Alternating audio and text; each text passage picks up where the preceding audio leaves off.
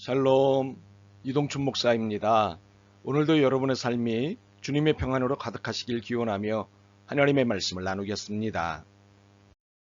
오늘 주시는 말씀은 누가복음 22장 24절로부터 34절의 말씀입니다. 이 말씀 중에 31절로부터 34절을 읽겠습니다. 시몬아 시몬아 보라 사탄이 너희를 밀가루로 하려고 요구하였으나 그러나 내가 너를 위하여 내 믿음이 떨어지지 않기를 기도하였노니 너는 돌이킨 후에 내 형제를 굳게 하라. 그가 말하되 주여 내가 주와 함께 오게도 죽는 데도 가기를 각오하였나이다. 이르시되 베드로야 내가 내게 말하노니 오늘 닭 울기 전에 내가 3번 나를 모른다고 부인하리라 하시니라. 아멘.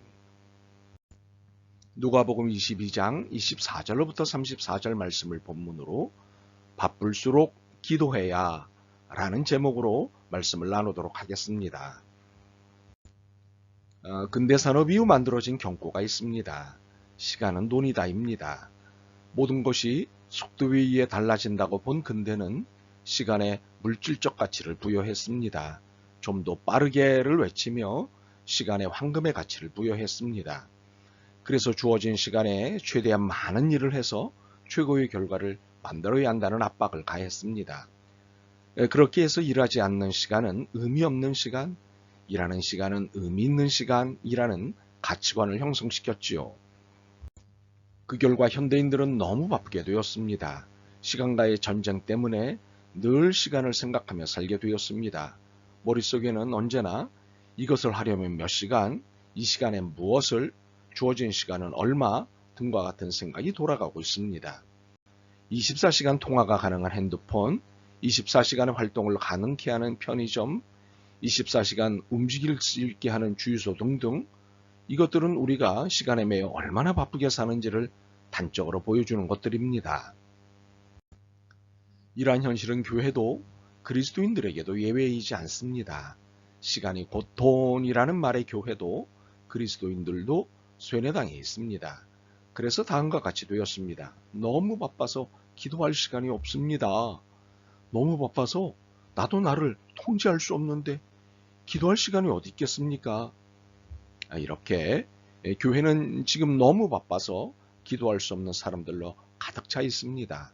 더욱이 먹고 살기가 힘들어서 기도할 여력이 없다는 항변은 거칩니다. 그런데 이것은 너무도 큰 모순입니다. 시간을 의미 있게 만들기 위해서 돈인 시간을 가치 있게 만들기 위해서 바쁘게 살아야 하기 때문에 기도할 시간이 없다는 말 얼마나 큰 모순인 줄 아십니까? 몇 가지 질문을 하겠습니다. 시간은 돈입니까?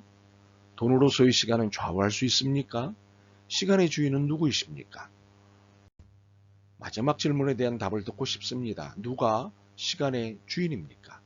누가 시간을 만드시고 정하셨습니까? 그렇습니다. 하나님이십니다. 하나님이 시간의 주인이시고 역사의 주인이십니다. 모든 시간과 모든 역사는 하나님의 주권하에 있습니다. 이것이 우리의 신앙 고백입니다. 그렇다면 우리가 소중히 여기는 시간이 내가 좌우할 수 있는 것이 아닙니다. 하나님의 손에서 좌우되는 것이지요. 그러니 내가 바쁘다는 것이 하나님의 손에 있는 것이 아니라면 이는 불신앙이요 모순입니다. 그러므로 바빠서 기도할 시간이 없다는 것은 불신앙입니다. 하나님과의 관계가 깨져 있다는 증거입니다.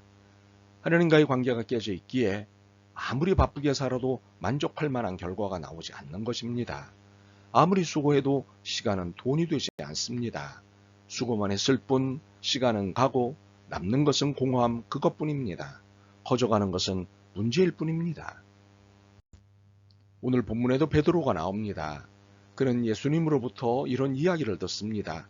31절과 32절입니다. 시몬아 시몬아 보라 사탄이 너희를 밀가루로 하려고 요구하였으나 그러나 내가 너를 위하여 내 믿음이 떨어지지 않기를 기도하였노니 너는 돌이킨 후에 내 형제를 굳게 하라. 예수님이 베드로를 위해 기도하셨다는 말씀입니다. 이는 기도하지 않는 베드로를 위해 기도하셨다는 말씀입니다. 기도해야 하는데 기도해야 하지 않는 베드로를 위해 대신 기도하셨다는 말씀입니다. 누가복음의 경우 이 말씀은 한 사건을 전제로 하고 있습니다. 제자들 사이에 누가 크냐는 다툼이 있었습니다. 예수님이 이스라엘의 왕이 되시면 우리 12명 중에 누가 국무총리가 될 것이냐는 다툼이었습니다. 이렇게 제자들은 이런 다툼을 비롯해서 많은 세상적 관심에 시간과 에너지를 쏟느라 너무 바빠서 기도할 시간이 없었습니다. 또한 너무 바쁘게 살다 보니 너무 피곤해서 약간의 시간이 나더라도 기도할 수 없었습니다. 기도하려고 하면 졸음과 잠이 쏟아졌기 때문입니다. 누가복음 22장 39절로부터 46절에 보면 감람산으로 제자들과 산기도를 하신 일이 있습니다. 예수님은 간절한 기도를 하시는데 제자들은 잠을 잡니다. 너무 바쁘게 살다 보니 너무 피곤해서 기도할 수 없었던 것입니다. 이렇게 산 결과 베드로는 사탄의 유혹을 받고 그 유혹에 쉽게 넘어가고 급기야는 예수님을 3번이나 부인하는 후에 막급한 일을 저지르게 된 것입니다. 그러므로 너무 바빠서 기도할 수 없는 것이 아니라 너무 바쁘기 때문에 오히려 삶의 속도를 늦추고 기도로 자신을 돌아보고 하나님과의 관계를 회복해야 합니다. 너무 바빠서 기도하는 법을 잊어버렸다면 이를 다시 차근히 찾아내야 합니다. 혹시 우리가 왜 기도해야 하는지조차 잊어버린 건 아닌가요? 기도는 하나님과의 대화입니다. 부모와 대화하지 않는 자녀는 문제아이이거나 문제아가 될 가능성이 높습니다. 인생을 함부로 살게 되고 인생의 쓴맛을 보게 됩니다. 이렇듯 하나님과 대화 없는 인생은 자기 멋대로 살겠다는 것이고 인생의 쓴맛을 각오해야 합니다. 기도는 영적 호흡입니다. 숨을 쉬지 않고 살 수 없습니다. 인간은 그렇게 만들어졌기 때문입니다. 이렇듯 기도를 통해 우리는 영적 생명력과 인생의 활력을 얻게 됩니다. 기도 없는 인생은 죽은 인생이요 죽는 인생이 됩니다. 그렇기 때문에 기도해야 합니다. 만약 기도의 이유를 잊고 있었다면 다시 기억하십시오. 기도하지 않으면 죽습니다. 그리고 인생은 실패합니다. 그러므로 하나님은 여러분의 기도에 관심이 많으십니다. 여러분이 무엇에 관심을 갖고 있는지, 무엇에 고민을 하는지, 무엇을 중요하게 여기는지를 듣고 싶어 하십니다. 여러분에게 모든 관심이 있으시기 때문입니다. 여러분에게 중요한 것은 무엇이든 하나님께도 최우선적인 관심사가 되기 때문입니다. 오늘 여러분의 삶에서 벌어지고 있는 일보다 하나님께 더 중요한 일은 지구상에 다시는 없기 때문입니다. 그러므로 바빠서 기도할 시간이 없다고 말하지 마십시오. 오히려 바쁠수록 기도할 시간을 가져야 하고 오히려 뒤로 미룰 수 있는 일이 있다면 그 일을 뒤로 미루고 기도부터 해야 합니다. 그러면 시간의 주인이신 주님께서 그 뒤로 미룬 일들을 기적같이 책임져 주십니다. 기적도 경험할 것입니다. 이렇게 기도할 때 우리는 하나님의 임재를 깨닫고 느끼게 될 것입니다. 그러므로 주님께 자신의 인생을 맡고 있는 산에 대해 설명하느라고 너무 시간을 허비하지 마십시오. 이제는 산을 옮기시는 분께로 관심을 돌리십시오. 문제에 마음을 두지 마시고 문제를 해결하신 주님께 마음을 두십시오. 그리고 그 문제의 산이 옆으로 비켜서는 것을 지켜보십시오. 여러분의 삶에 하나님이 함께 하시는 이상 하나님과 함께 헤쳐나갈 수 없는 그런 일은 여러분의 인생에서 절대 일어날 수 없습니다. 이것이 기도의 능력입니다. 저는 여러분이 얼마나 바쁘게 사는지 잘 알고 있는 사람 중에 한 사람입니다. 가족을 위해, 교회를 위해, 민족을 위해 열심히 바쁘게 사는 여러분을 존경합니다. 그러나 바쁠수록 기도해야 살기 때문에 영적 채찍을 가하는 것입니다. 그러므로 기도하는 시간을 아까워하지 않고 귀하게 여기는 분들이 되길 바랍니다.